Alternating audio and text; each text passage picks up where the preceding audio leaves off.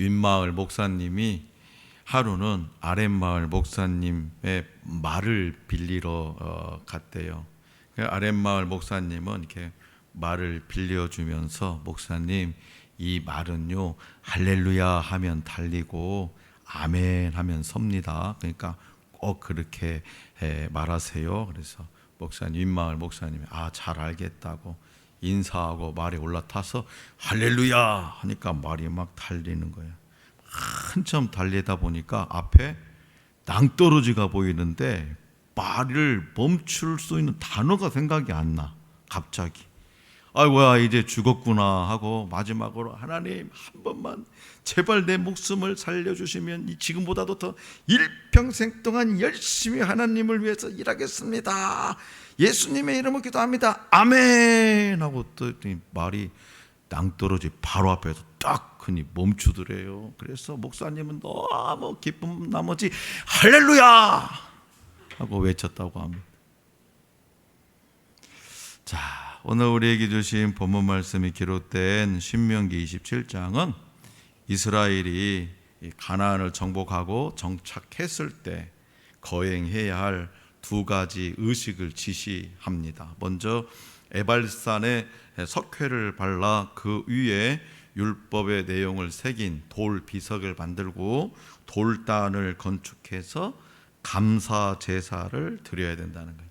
그러고 나서 이스라엘 12지파의 대표가 각각 반씩 나뉘어서 서로 마주보는 에발산과 그리심산에 서야 합니다. 그리심산에서는 축복을, 에발산에서는 저주를 선포하라고 지시합니다. 그러니까 그리심산과 에발산에 서야 할 지파들도 각기 지정됩니다. 그리심산의 지파들은 율법에 순종할 때 축복이 있음을, 에발산의 지파들은 율법에 불순종할 때 저주가 있음을 선포하게 됩니다. 그러니까 이 저주에 해당하는 목록, 오늘 본문 말씀 12가지인데요. 이 저주에 해당하는 목록을 살펴보면 모두 10계명을 준수하지 않은 죄와 같습니다. 그러니까 이와 같은 사실로 볼 때 오늘날 성도들의 기본 행동 원리는 뭐냐? 바로 10계명을 준수하는 데 있음을 알 수 있다는 거죠. 다시 말해서 하나님을 사랑하고 이웃을 사랑하는 자들에게 하늘의 복이 임한다는 것을 하나님은 모세를 통해서 오늘 저와 여러분들에게 가르쳐 주고 있습니다. 하나님은 모세를 통하여 본문 말씀 12절에서 백성을 축복하기 위하여 라고 말씀하십니다. 백성을 축복하기 위하여.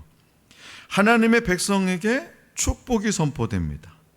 하나님은 이스라엘 백성에게 복을 주시려고 말씀을 주셨습니다. 그래서 하나님의 은혜는 끝이 없어요. 그러나 복 주시는 말씀을 거절하고 하나님을 멸시하는 사람은 하나님의 백성이라고 할 수 없을 것입니다. 이것이 말씀 안에서 축복과 저주가 함께 선포되는 이유예요. 고고학자들에 의하면 이 그리심산과 에발산이 마주하는 이 골짜기의 폭이요 약 200m 정도 된다고 합니다. 그리고 그 중간에는 세겜 땅이 있어요. 그러니까 그리심산과 에발산. 그러니까 한 200m 골짜기가 이렇게 딱 되니까 산울림이 좋아서 여러 사람이 큰 소리로 외칠 경우에 두 산의 중턱에 있는 사람들이 그 소리를 충분히 들을 수 있었다고 합니다. 그래서 백성들은 이 두 산의 중턱에 서서 그러니까 레위인들, 제사장들이 큰 소리로 외치는 축복과 저주의 율법들을 듣고 아멘으로 대답합니다. 후일에 이들이 아멘이라고 답한 이 죄를 범하게 되면 그들은 스스로 자신에게 저주를 선고한 것이 됩니다. 먼저 우상 숭배는요, 하나님을 멸시하는 것입니다. 그리고 부모를 업신여기는 것도 마찬가지입니다.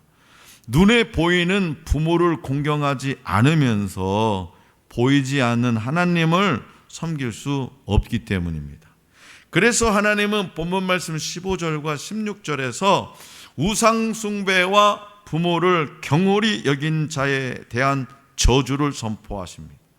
잘 살펴보면 이 말씀은 행위적 의미의 죄가 아니라 관계적 의미의 죄를 다루고 있다는 거죠. 다시 말해서 자기 스스로 주인이 되어서 하나님을 멸시하거나 자신을 낳아준 부모를 비인격적으로 대하는 것은 철저히 가나안의 길, 다시 세상의 악한 길이다 라고 하나님은 말씀하십니다. 또한 본문 말씀 17절부터 19절에서는요, 이웃의 땅에 경계표를 옮겨 손해를 끼치거나 맹인에게 길을 잃게 만드는 것, 나그네와 고아와 과부를 공정하게 재판하지 않는 것은 저주를 받을 일이라고 하나님은 말씀하십니다. 이것은 한마디로 말해서 이웃사랑에 대한 계명이죠. 이웃사랑. 특별히 스스로를 지킬 힘이 없는 약자들에 대한 억압을 철저히 금하십니다. 사람을 차별하지 않고 서로 사랑하는 것이 하나님 나라의 기준입니다. 하나님은 약한 사람들을 보호하시고 또 사랑하는 것을 기뻐하세요. 그리고 하나님이 세우신 질서를 어지럽히고 관계를 깨뜨리는 것은 저주받을 일입니다. 그래서 하나님은 본문 말씀 20절부터 23절에서는 아버지의 아내와 동침하는 것을 금하셨고 짐승과 교합하거나 근친 상간하는 것을 금하셨습니다.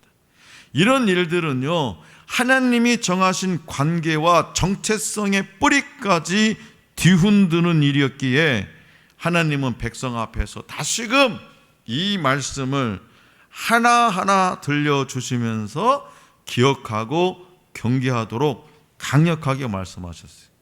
우리는 성경을 통해서 그 가나안 땅이 얼마나 죄악이 들고 있는 땅인지를 잘 알 수 있었지만, 당시에 그 그리심산과 에발산에 서 있는 가나안 땅을 미처 지금 밟지 않은 그 이스라엘 백성들은 알 수 있을까요? 모르죠. 그래서 하나님은 일이 세세하게 다 가르쳐 주신 거예요. 스스로 주인 되어서 스스로 주인이 되어가지고 하나님이 정하신 질서, 다시 말해 창조의 질서와 관계를 파괴하고 어지럽히는 것이 성경이 말하는 죄의 뿌리입니다. 죄의 뿌리. 요즘에 더불어민주당의 이상민 의원이 동성애 있잖아요. 차별금지법을 입법하려고 갖은 애를 쓰고 있습니다. 여러분 잘 생각해 봐야 돼요. 가진 애를 쓰고 있어요. 지금 8번이나 입법이 안 돼가지고 이번엔 기필코 하겠다고 난립니다. 난리. 우리 정신 바짝 차리고 기도해야 됩니다. 물론 그 동성애를 가지고 있는 그 영혼들은 불쌍하죠. 그러나 분명한 것은 다른 거 다 제쳐주고 다 제쳐두고 우리가 성직자고 기독교인 입장에서 볼 때 동성애 허용은 창조 질서를 위반하는 겁니다. 하나님의 법을 위반한 거죠. 저는 절대 반대입니다. 목에 칼이 들어도 반대. 그것만큼은. 연약한 자를 돌보고 차별을 금지하는 것, 물론 그건 당연한 거죠. 우리가 돌봐야죠. 하나님의 창조 질서, 하나님이 정하신 질서, 하나님이 정하신 관계를 파괴하고 어지럽히는 것, 그것은 성경이 말하는 죄의 뿌리입니다. 인간이 스스로 하나님이 되려 하여 짓는 죄는요, 인간의 잔인성을 가장 적나라하게 드러냅니다. 그래서 본문 말씀 24절과 25절에서 말씀하시듯이 이웃을 암살하거나 뇌물을 받고 무죄한 자를 죽인 사람은 저주를 받습니다. 의도적으로 살인하는 것은 지금과 마찬가지로 용서받을 수 없는 죄였습니다. 다른 사람의 생명을 좌우할 수 있다고 생각하는 것은요, 스스로 하나님이 되려는 것과 같습니다. 그리고 다른 사람을 해치거나 죽이는 일은 사람을 사람으로 대하지 않고 마치 짐승이나 물건처럼 생각한 결과입니다. 지난주 한 주간의 뉴스거리 중에 하나가 있다면 뭐예요? 친구를 오피스텔에 다 가둬놓고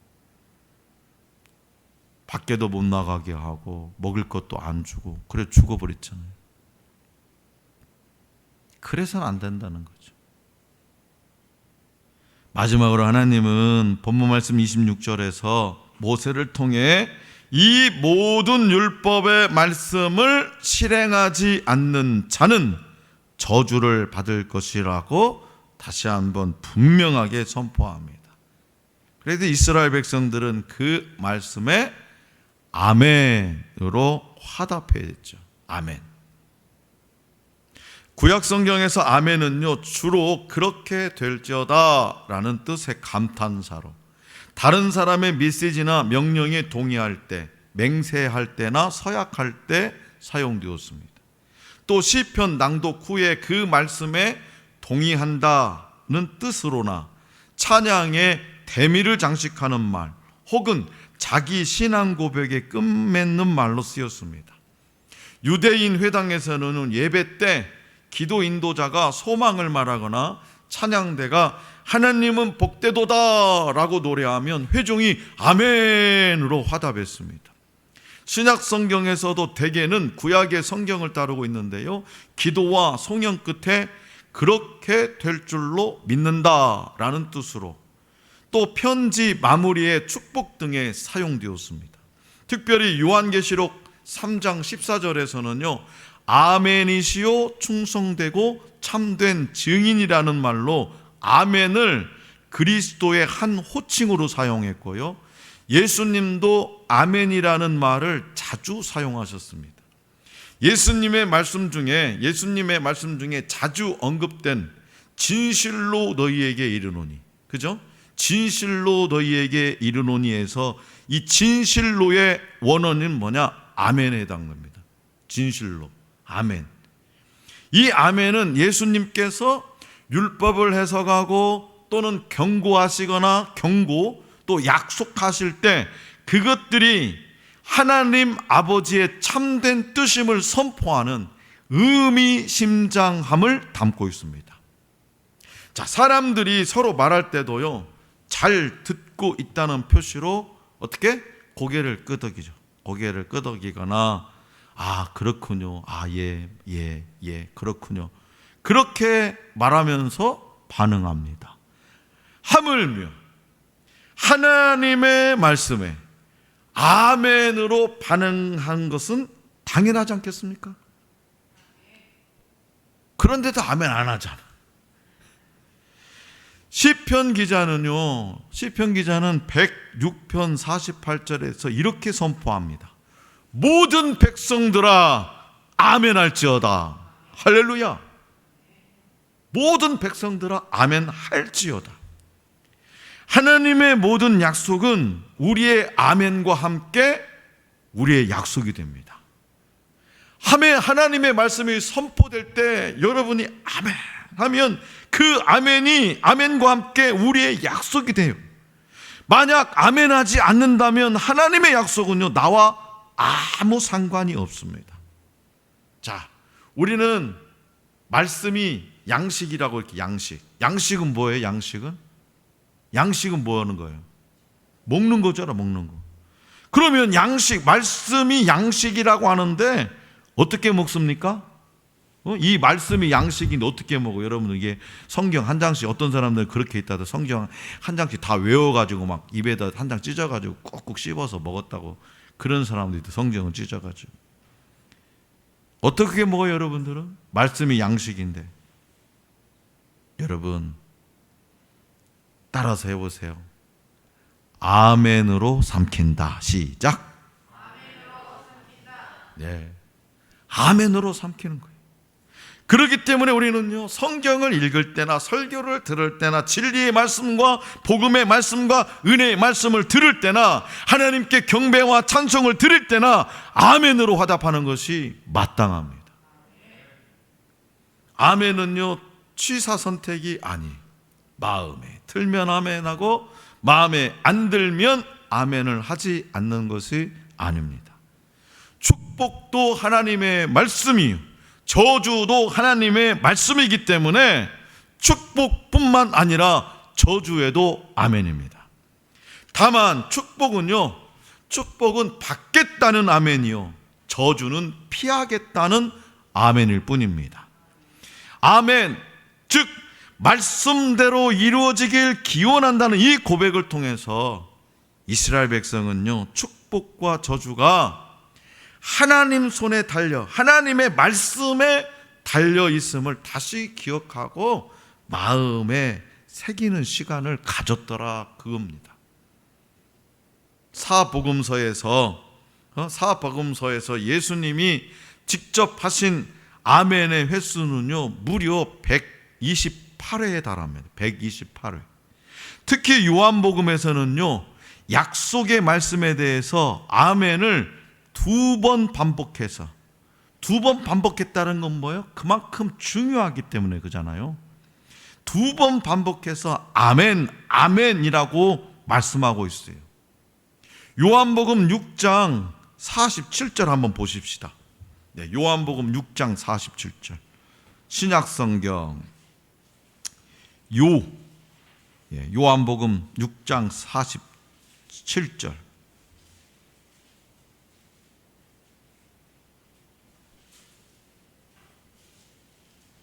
네, 찾으셨죠? 요한복음 6장 47절. 자, 찾으셨으면 우리 다 같이 큰 소리로 받들어야겠습니다. 시작. 진실로 진실로 너희에게 이르노니 믿는 자는 영생을 가졌나니 내가 곧 생명의 떡이로다. 아멘. 48절까지. 자, 그러면 아까 진실로가 뭐라겠어요? 원어가 아멘이라고 했잖아. 그러면 진실로 대신 아멘을 넣어가지고 시작. 아멘, 아멘. 너희에게 이르노니 믿는 자는 영생을 가졌나니 내가 곧 생명의 떡이리라. 아멘. 하나님은 예수님은 약속의 말씀, 정말 중요한 말씀, 그 말씀을 선포하실 때에 진실로 진실로 아멘, 아멘. 너희에게 이르노니 아멘, 아멘이라고 하셨다는 거죠. 아멘이라고. 여러분, 하나님의 말씀, 지금 이 시간 여러분의 하나님의 말씀을 지금 듣고 있는데 중요하지 않아요? 아무 생각이 없어요? 그럼 왜 여러분이 속으로 목사님 나는 마음 속으로 깊이 한다니까요. 그것도 좋지요. 자, 그런데요, 아멘은요 3가지 종류가 있어요. 아멘은 3가지 종류가 있는데 입술로 하는 아멘. 그러니까 우리는 지금 이렇게 아멘, 이게 입술로. 마음으로 하는 아멘, 결단하는 거지. 내가 저 하나님 진실로 내가 믿어요. 그렇게 될 줄로 믿는다니까요. 마음으로 하는 아멘, 결단하는 거죠. 행동으로 옮기는 아멘 있어요. 실천하는 거예요. 실천. 입술로 하는 아멘, 마음으로 하는 아멘, 행동으로 옮기는 아멘이 있어요. 그리고 성경에 보면요, 다음과 같은 상황에서 아멘 하고 소리쳤어요. 첫째는 하나님의 말씀에 순종하기 위해서 아멘을 합니다. 이건 느헤미야 5장 13절에 기록되어 있어요. 두 번째는 하나님 앞에 영광을 돌리기 위해서도 아멘을 합니다. 이건 고린도후서 1장 20절에 기록되어 있어요. 세 번째는 하나님 앞에 축복받기 위해서 믿음으로 아멘을 합니다. 이건 에베소서 6장 24절이요. 이럴 때는 목소리가 좀 더 크더라고. 막 축복이 복자 들어가면 하여튼 아멘을 크게 해. 마지막으로 약속의 말씀을 믿고 확신할 때 아멘을 합니다. 계시록 1장 7절, 그 다음에 22장 20절에 기록되어 있어요. 하나님 앞에 불순종하면 아무것도 얻지 못하고 아무 일도 되지 않습니다. 그렇기 때문에 우리는 하나님 말씀에 아멘하고 순종해야 됩니다. 역경 속에서도 아멘하고 축복 속에서도 아멘해야 됩니다. 건강할 때도 아멘, 아플 때도 아멘이. 그래서 아멘은 우리의 신앙의 기본이에요. 기본 베이스. 하나님은 순종하는 사람을 통해서 역사하시고 축복하십니다. 우리는 너무나 잘 알고 있죠. 사무엘 선지자가 뭐라고 했어요? 그래서 순종이 제사보다 낫고 듣는 것이 순양의 기름보다 낫다라고 했습니다. 순종한 다윗은 복을 받았지만 불순종한 사울은 버림을 받았습니다. 하나님은 순종하는 사람을 통해서 역사하세요. 하나님께서는 아멘하는 사람을 통해서 축복과 약속의 말씀을 이루어 주십니다. 저희 교단에 김의식 목사님이라는 분이 있습니다. 이 목사님은 어릴 적 동네에 공교롭게도 저쪽 아랫역사 출신인데 그 교회, 그 동네에 이상하게 아랫 동네는 통합교단이 많아요. 우리 교단이 호남신학대학이 오랫동안 신학교로 있어가지고, 그런데 그 동네에 침례교회가 있었대요. 침례교회가. 근데 그 침례교회가 있는데 그 침례교, 대체적으로 침례교는 좀 뜨겁습니다. 순복음, 이 복음교단 침례교는 뜨거워요. 그래서 아멘, 목사님이 아멘을 큰 소리를 안 하면 혼냈대요. 그래가지고 이제 그렇게 신앙훈련이 되다 보니까 자기가 목사가 되겠다고 해가지고 신학교로 갔는데 어디를 갔냐? 우리교단 장로의 신학대학을 간 거예요. 그러니까 장로의 신학대학원에 가서 신학교에 가가지고 체프를 드리는데 너무 습관적으로 큰 소리를 아멘! 목사님 설교했다 아멘! 했더니 다른 사람들이 막 눈총을 두드려요. 이상한 사람이 여기 와가지고 왜 이렇게 광신자가 우리 학교에 입학했나, 그렇게 눈총을 받으면서도 계속 자기는 아멘. 미국 유학 중에요, 시카고에서 공부했는데요, 시카고 연합 장로교회에 담임 목사로 청빙을 받아서 갔는데 그 교회가 가니까 미국 이 한인교회들은요, 한 번 술렁하면은요 그냥 아주 물밀 빠지듯이 그렇게 교회가 어려워진대요. 가보니까 한 500명 교회가 한 50명 교회밖에 안 됐다는 거예요. 그래서 하나님 어떻게 하면 이 교회를 살릴 수 있겠습니까? 기도하던 중에 곰곰이 하나님께서 주시는 건 뭐냐? 너가 잘하는 거 해라. 너가 잘하는 거. 하나님, 제가 잘하는 거 뭐인가요? 너 아멘 잘하지 않느냐? 그래서 아하, 그렇구나. 그래서 그때부터 그냥 아멘 훈련. 성도들에게 우리 다른 거 필요 없고 기도 열심히 하고 아멘만 큰 소리 합시다. 그래서 아멘을 했대요. 새벽 기도도 아멘, 주일 예배 시간도 아멘. 그랬더니요 3년 만에 다시 500명 교회로 회복되었다고 합니다. 귀국해가지고 호남신학대학교 교수가 되어서 안정된 삶을 이렇게 살아가고 있는데, 이 스승님이 계세요. 저의 스승님도 되고 그분의 스승님도 되는데, 그 스승님의 간청으로 화곡동 교회라는데, 서울 화곡동에 있는 화곡동 교회에 가게 됐대요. 그 교회는요 시끄러가지고요 교회가 난장판이 되었어요. 그래서 그 교회를 왜 저를 그 교회로 가라고 합니까, 선생님? 왜 그러세요? 그러니까 너밖에 이 교회를 수습할 사람은 너밖에 없다 그러시대요. 그래서 그 선생님 뜻에 의해서 갔는데요, 세상에 담임 목사가요 고소를 9번이나 다녀요. 9번. 1년 사이에 1년 동안 부임해가지고 고소를 9번. 징글징글하대요. 그래서 그 목사님은 고소미 과자는 지금도 치가 떨린대. 안 먹는데. 그래서 기도를 했대요.